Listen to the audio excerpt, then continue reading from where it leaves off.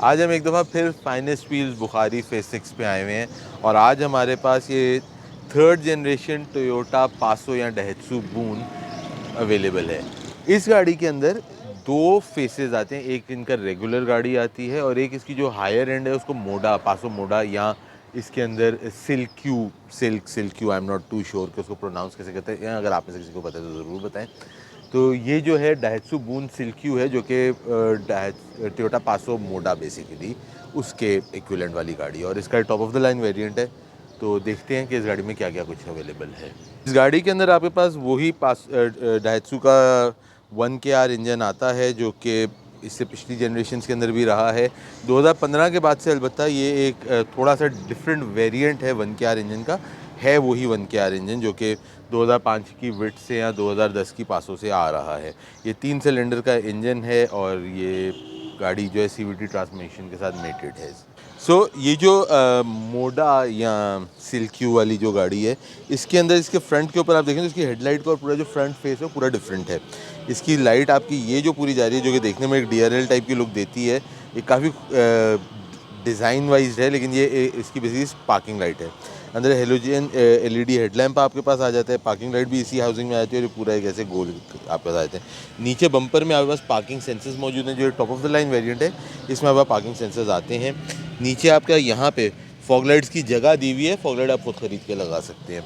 बीच में डाइत्सु का लोगो आता है, पासो की केस में पासो का लोगो आएगा और एक बहुत ही बड़े साइज़ की रेडिएटर ग्रिल है, जो कि उसको एक बहुत एग्रेसिव फ्रंट लुक देता है। और ये सिल्वर ब्रश फिनिश के अंदर पेंट इसकी आउटलाइन पे हुआ है। अगर हम गाड़ी के साइड पे आ जाते हैं, इस गाड़ी के अंदर 14 इंच के स्टील के रिम्स आते हैं with full tyre wheel cap. Indicator light जो है आपकी मिरर में आती है और अगर मैं गाड़ी को लॉक करता हूँ तो इंडिकेटर ऑटो रिट्रैक्टेबल वाले इंडिकेटर हैं। दरवाजे पे आपके पास अगेन जैसे आपके गाड़ी के फ्रंट में, इसमें दरवाजे में भी आपके पास ये सिल्वर पेंट दिया हुआ है, जो कि पासो के अंदर इससे पुरानी वाली जो जनरेशन है उसमें अगर आपको याद हो तो सिल्वर जो उसकी हाना प्लस के अंदर भी इसी तरह से सिल्वर कंट्रास्ट के साथ आती थी, इसमें सिमिलर चीज़ है। अच्छा, स्मार्ट एंट्री नहीं है, हालांकि पुश स्टार्ट है। स्मार्ट एंट्री नहीं है, आपको अनलॉक करने के लिए बटन दबाएंगे तो गाड़ी अनलॉक होती है, आपकी अनलॉक होगी। पीछे अब प्राइवेसी ग्लास आ जाते हैं गाड़ी में। पासो का जैसे रेयर एंटेना एक साइड पे होता है, इस गाड़ी में भी उसी तरह से सीधे हाथ की तरफ दिया हुआ है। और ये जो पिछला डी पिलर है वो आपको पूरा ब्लैक पेंट में है अलॉन्ग विद द रूफ। गाड़ी का अगर आप रूफ देखें तो वो भी पूरा ब्लैक पेंट में आता है और यहाँ पे दरवाज़ों के भी ऊपर के एजेस ब्लैक में आते हैं, तो उसको पूरा एक उन्होंने जो है लुक दिया हुआ है, जो कि गाड़ी को खूबसूरत किस्म का लुक देता है। पीछे हम अगर गाड़ी के आ जाते हैं तो जो पीछे की टेल लाइट है वो बिल्कुल सेम है जैसी आपकी किसी रेगुलर पासों में भी आती है। ये सी शेप में, या उस तरह आप देखें तो वो इन्वर्टेड सी शेप के अंदर इसकी टेल लाइट आ जाती है। इंडिकेटर और रिवर्स लाइट आ जाती है। बम्पर में आपके पास रिफ्लेक्टर्स आ गए। बम्पर में पार्किंग सेंसर्स आपके पास हैं पिछले भी, जो कि इस वाले वेरिएंट के अंदर मौजूद हैं। स्पॉइलर जो ऊपर आपका, उसके अंदर ही आपका हाई माउंट स्टॉप लैम्प भी आ जाता है। रेयर वाइपर आता है। हम गाड़ी को अगर डिक्की खोलते हैं, मुनासिब किस्म की डिक्की की जगह इसमें आपके पास दी हुई है और नीचे इसके अंदर आपके पास स्पेयर व्हील भी मौजूद है। अच्छा, जो पासो की पिछली जनरेशन में जिस तरह होता था कि आपकी जो सीट आप फोल्ड करते हैं तो बिल्कुल फ्लैट फ्लोर बन जाता है, इस गाड़ी में वो चीज़ नहीं है। इस गाड़ी के अंदर आपके पास पहली जो पासो की दोनों जनरेशन है बून की, उसमें फ्लैट फ्लोर आता है। इसके अंदर आपके पास फ्लैट फ्लोर नहीं आ रहा है पिछली सीट को फोल्ड करके। ये चूँकि top of the line variant वाली गाड़ी है, इसमें हेडलाइट्स भी आपकी ऑटो ऑन वाले फीचर के साथ आती हैं और जो सेंसर्स हैं उसके सारे यहाँ पे आपके पास लगे हुए हैं। गाड़ी के अंदर आप आते हैं तो आपके पास रिट्रैक्टेबल डोर मिरर्स हैं, जो कि वो ऑटो रिट्रैक्टिव फीचर के साथ, जो मैंने आपको दिखाया, गाड़ी अनलॉक करने पे हैं। आप उसको मैन्युअली रिट्रैक्ट करना चाहते हैं कि ऑटो पे रखना चाहते हैं, आपके पास एडजस्टर है। पावर विंडो के स्विचेस और इस पीस को अगर मैं देखता हूँ या मैं ये पूरा देखता हूँ तो मुझे ऐसा लग रहा है जैसे 2007 वाली पासों से ही उठा के ये पूरा पीस लगा दिए है। इसी तरह से उस गाड़ी में भी आता था, यही बटन्स और इसी तरह ग्रे कलर का उसमें आता था। पुश स्टार्ट का बटन आपका यहाँ पे आ जाता है। Parking sensor, radar front collision वाला जिसका सेंसर आपको शीशे पे मैं दिखा चुका हूँ, traction control, eco idling off, और ये आपकी ऑटो हेडलाइट का एक बटन आ जाता है। ये आपका जो है सिल्वर कलर का आपके यहाँ पे बॉर्डर बना है उसके साथ अंदर जो गाड़ी का एक्सटीरियर कलर है उससे मैच करता हुआ आता है। थोड़ा सा मेरे हिसाब से ओवर स्टाइलिंग है। कप होल्डर आ गया। हेडलाइट में आपके पास ये ऑटो का फीचर आ गया, जैसे मैं बता रहा था। वाइपर्स के आगे बटन, डेट्सू का लोगो स्टीयरिंग के ऊपर, और बाकी बिल्कुल प्लेन सा है स्टीयरिंग आपका। फ्रंट सीट आपकी बेंच सीट है, तो आप 3 लोग सामने बैठ सकते हैं, लेकिन अगर आपके 3 लोग नहीं हैं तो इसको आप नीचे करके अपने लिए फ्रंट आर्मरेस्ट बना सकते हैं। और यहाँ पे एक छोटा सा इन्होंने स्टोरेज स्पेस दिया हुआ है। अगेन ये पासो और बून के अंदर पहली दोनों जनरेशन में भी फुल सीट के साथ ये आर्मरेस्ट वाली चीज़ आई है हमेशा से। गाड़ी को हम स्टार्ट करते हैं तो इसका आप अगर डिस्प्ले देखेंगे किस तरह से इसका पूरा डिस्प्ले ऑन होता है, तो एक खूबसूरत सा डिस्प्ले है। यहाँ पे आपके पास RPM मीटर, स्पीडोमीटर और एक आपका जो डिजिटल इंस्ट्रूमेंट क्लस्टर आ जाता है, जिसके अंदर आपके पास mileage, odometer, idling stop, temperature, average speed, range, ये सारी कहानियाँ यहाँ पे आ जाती हैं गाड़ी के अंदर आपके पास। अच्छा, फिर इसके अंदर अगर आप इस तरफ आ जाते हैं तो ये आपका एक आफ्टर मार्केट नेविगेशन सिस्टम लगा हुआ है, लेकिन यहाँ पे भी अगर आप सराउंडिंग में देखते हैं तो उसी तरह से जो आपको साइडों के ऊपर जिस तरह दिया हुआ है, इसमें भी उसी तरह से साइड पे पहले सिल्वर और फिर गाड़ी के रंग का बॉर्डर बना हुआ है, काइंड ऑफ ओवरकेन, और वहाँ पे भी वही सीन है along with the third cup holder. एक चीज़ की मुझे बहुत खुशी हुई है कि 2004 में पासो लॉन्च हुई थी और 2016 में ये वाला जनरेशन आया था, तो 12 साल पासो के लॉन्च होने के ये जनरेशन आया, और इसके अंदर ग्लव्स कंपार्टमेंट को प्रॉपर किस्म का कवर दिया गया है, जो कि कवर नंबर 1, और ओवर कंपनसेट करने के लिए यहाँ पे कवर नंबर 2 भी मौजूद है। पासो में ज़िंदगी में ये खुशहाली पहली बार आई है। यहाँ पे एक छोटी सी और स्पेस आ जाती है जिसमें आप अगर कुछ रखना चाहें, ओपन स्पेस है। आइडियली मे बी टेलीफोन आप यहाँ पे रख सकते हैं। क्लाइमेट कंट्रोल AC, गियर का आपका लेवर इधर आ जाता है। नीचे आपके पास एक और यहाँ पे स्टोरेज स्पेस आ जाती है, और ये जो पूरा है मतलब मुझे थोड़ा सा वो मीरा टाइप की लुक दे रहा है, क्योंकि मीरा में भी इसी तरह का पैनल आता है और नीचे से स्पेस आती है।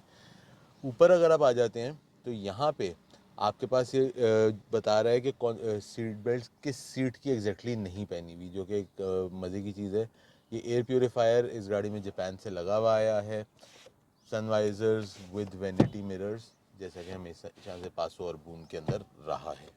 नॉट अ सरप्राइज, पीछे की लेग स्पेस हमेशा से पासो के अंदर और बून के अंदर खुली रही है, तो इस गाड़ी की भी पिछली लेग स्पेस काफ़ी मुनासिब किस्म की लेग स्पेस है। बीच में आपके पास थोड़ा फंस के 3 बड़े भी बैठ सकते हैं, लेकिन अगर मेरे साइज़ के होंगे तो 3 बड़े नहीं आएंगे, फिर 2 बड़े और एक बच्चा शायद फिट आ जाए। पीछे सीट के अंदर आपका हेडरेस्ट तीनों आ जाते हैं। अच्छा, ये वाली जो सीट है हमेशा से इसकी पासो और बून के अंदर स्प्लिट रही है, 60-40 का ये वाली सीट भी, लेकिन इस वाली गाड़ी के अंदर इन्होंने पूरी एक सीट बनाई है, विच इज़ वाई वो आपकी जब फोल्ड करते हैं तो भी वो एक लेवल पे फ्लैट डाउन नहीं होती। तो अब मैं ये जो 2016 वाला शेप है इसका पासो और बून का, ये चला रहा हूँ। अच्छा, आप में से बहुत सारे लोगों को पता होगा मेरे पास घर पे एक अदद 2015 का पासो मौजूद है, जो कि इससे पुराना वाला शेप है।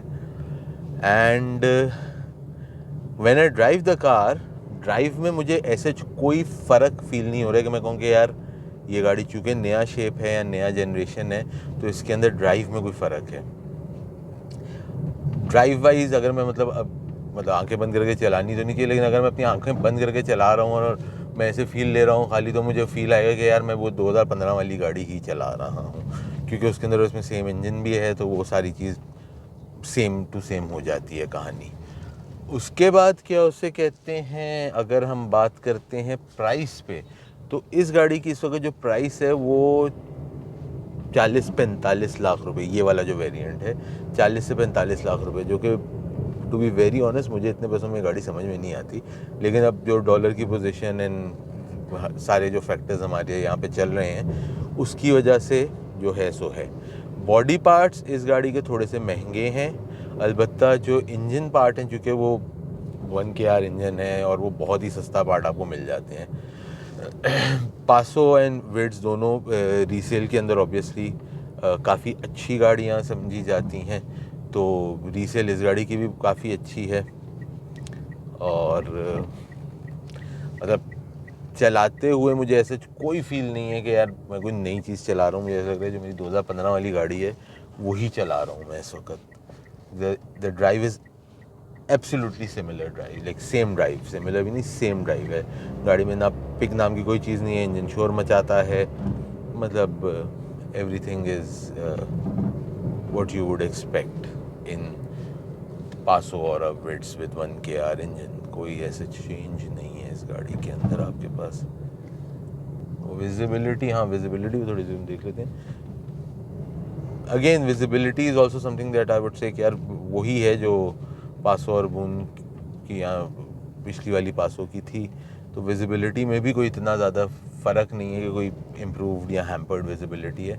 इट्स मोर और लेस सेम। तो अगर आप ड्राइव का आप सोच रहे हो तो ड्राइव में आप पुरानी वाली गाड़ी हो या ये वाली गाड़ी हो, ड्राइव में एक ही बात है। जैसे इसका जो इंडिकेटर है उसमें एक चीज़ खाली है कि आप उसको अप करें या डाउन करें तो वो अपनी जगह पे वापस आ जाता है।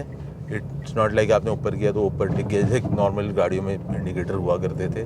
तो वो अगर आपने ऊपर किया वो वापस अपनी जगह पे आ जाता है और इंडिकेटर आपका इंगेज हो चुका होता है। तो that is something which is a little different compared to another vehicle, like जो इसके पुरानी वाली जनरेशन की गाड़ियों से अगर हम उसको कंपेयर करने पे जाते हैं तो सस्पेंशन भी गाड़ी का सेम सस्पेंशन है जो पहले वाली गाड़ी में रहा है। तो सस्पेंशन में भी ऐसा नहीं है कि कोई इम्प्रूवमेंट या कोई डिटोरिएशन आई है, कोई वैसा ही सस्पेंशन है जिससे पहले वाली गाड़ियों में रह चुका है हमारे पास। फाइनेस्ट व्हील्स का मैं फिर से शुक्रिया अदा करना चाहूँगा कि आज उन्होंने हमें ये गाड़ी दी इस रिव्यू के लिए। कमेंट्स में ज़रूर बताइएगा कैसा लगा आपको। अपना और अपने घर वालों का ख्याल रखिएगा। अगली दफ़ा तक के लिए कैमरामैन शालिम रूबिन के साथ उमर अरशद, बैम व्हील्स।